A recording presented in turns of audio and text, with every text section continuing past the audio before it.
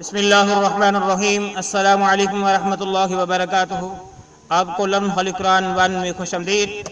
आओ कुरान मजीद फुरकान हकीम को बमैनी पढ़ना सीखें। हमारा आज का सबक नंबर है 32, लेसन नंबर 32, सूरह बकरा की आयत नंबर 282, 282 का हम चौथा हिस्सा पढ़ने लगे हैं। सबक को शुरू किया जाता है। अऊज़ु बिल्लाहि मिनश शैतानिर रजीम।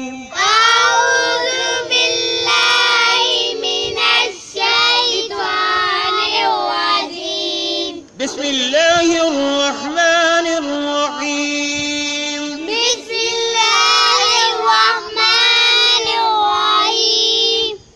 वला वला वला वला और इसके मानी है और ना। और ना। अगले पेज पे चलते हैं। यअबश्शुहदाउ यअबश्शुहदाउ यअबश्शुहदाउ। यअबश्शुहदाउ। या को हमजा के साथ मिलाया, या बा को शीन मुशद्दद के साथ मिलाया और दाल पे मद को पढ़ा हमने।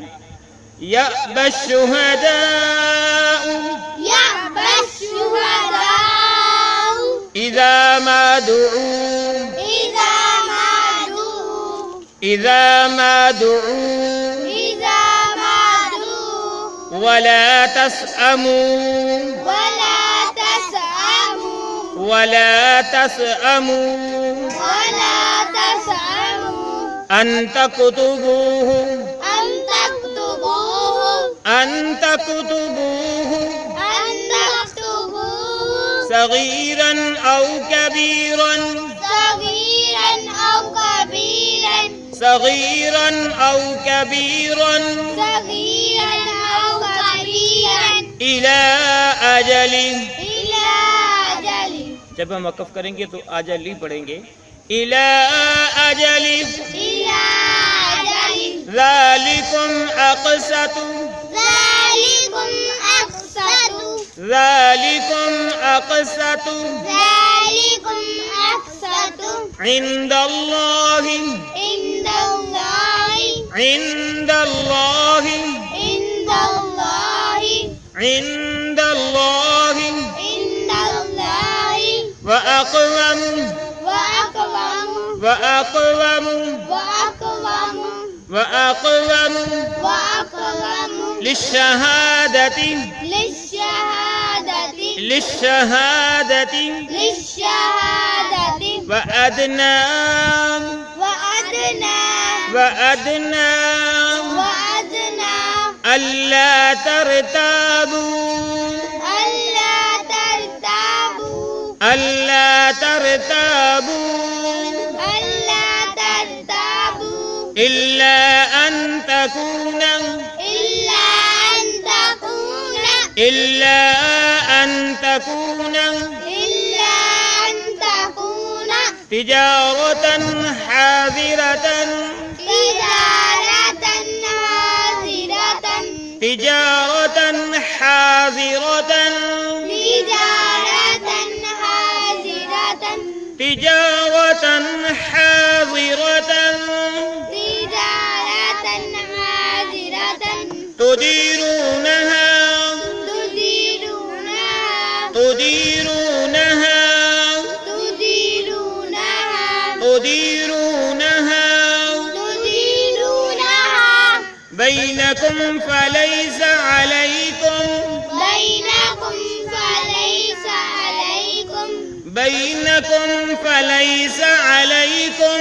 बैनकुम फलैस अलैकुम जुनाहुन जुनाहुन जुनाहुन जुनाहुन अल्ला तक्तुबूहा अल्ला तक्तुबूहा अल्ला तक्तुबूहा।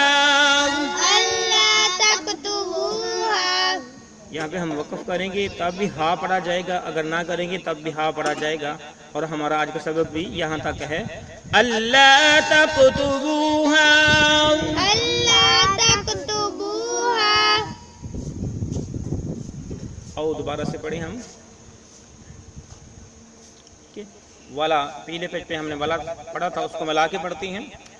वला यअबा शुहदाउ इज़ा मा दुऊ, वला यअबा शुहदाउ इज़ा मा दुऊ, वला यअबा शुहदाउ इज़ा मा दुऊ,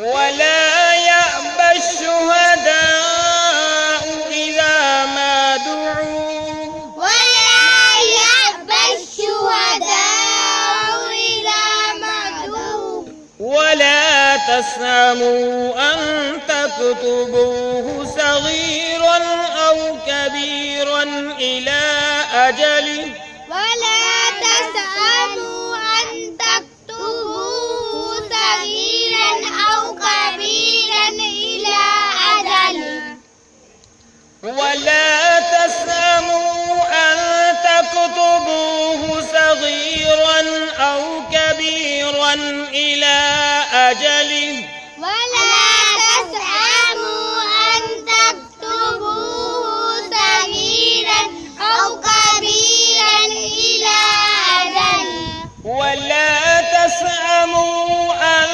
تكتبوه صغيرا أو كبيرا إلى أجله، ولا تسأموا أن تكتبوه صغيرا أو كبيرا إلى أجله، إلى أجله، إلى أجله، ذلكم أقسط عند الله وأقوم للشهادة، ذلكم أقسط عند الله وأقوم للشهادة، ذلكم أقسط عند الله وأقوم للشهادة، ذلكم أقسط عند الله وأقوم للشهادة، ذلكم أقسط عند الله وأقوم للشهادة، ذلكم أقسط عند الله وأقوم للشهادة، وأدنى ألا ترتابوا إلا أن تكون، للشهادة وأدنى ألا ترتابوا إلا أن تكون، للشهادة وأدنى ألا ترتابوا إلا أن تكون، للشهادة وأدنى ألا ترتابوا إلا أن تكون، إلا أن تكون، إلا أن تكون، للشهادة وأدنى ألا ترتابوا إلا أن تكون، للشهادة وأدنى ألا ترتابوا إلا أن تكون، إلا أن تكون تجارة حاضرة تديرونها، إلا أن تكون تجارة حاضرة تديرونها، إلا أن تكون تجارة حاضرة تديرونها، إلا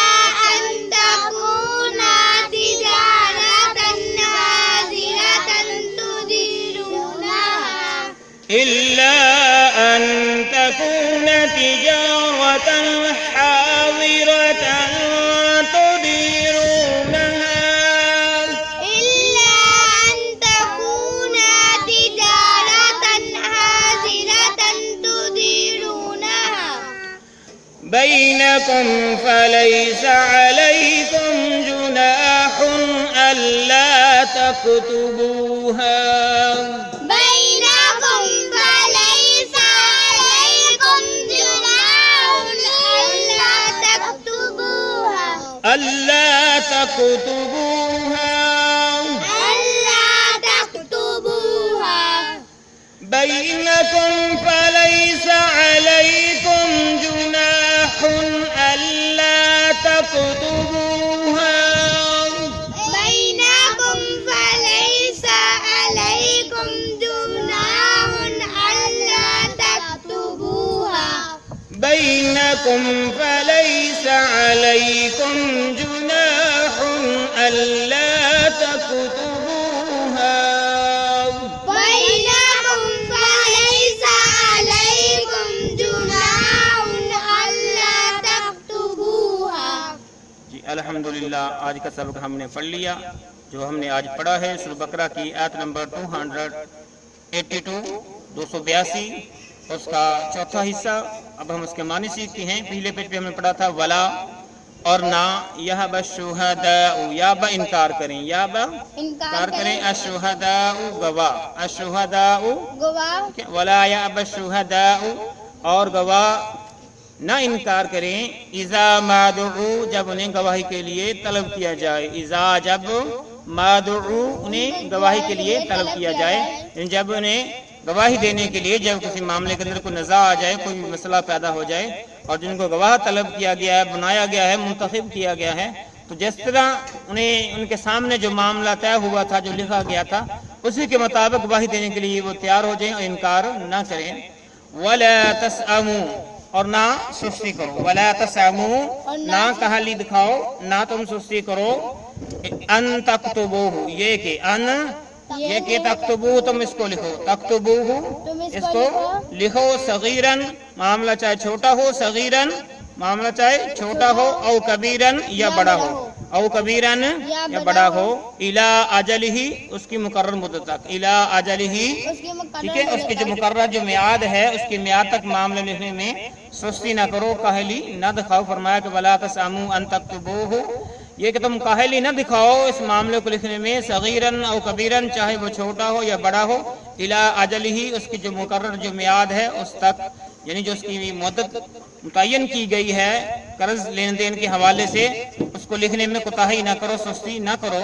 ذالکم یہ لکھنا ذالکم یہ تمہارا لکھنا اقساط زیادہ ہے اقساط زیادہ انصاف والی بات ہے عند اللہ اللہ کے نزدیک عند اللہ اللہ کے نزدیک واقوام اور زیادہ درست رکھنے والی بات ہے واقوام اور زیادہ درست رکھنے والی بات ہے للشہادتی گواہیوں کو للشہادتی گواہی کو للشہادتی گواہی کو وادنا اور زیادہ قریب ہے وادنا اور زیادہ قریب ہے اللہ ترتابو اللہ تابو کہ تم شبے میں نہ پڑ جاؤ اللہ ترتابو اللہ ترتابو تم شبے میں نہ پڑ جاؤ کہ اللہ ترتابو کیا معنی ہے تم شبے میں نہ پڑ جاؤ.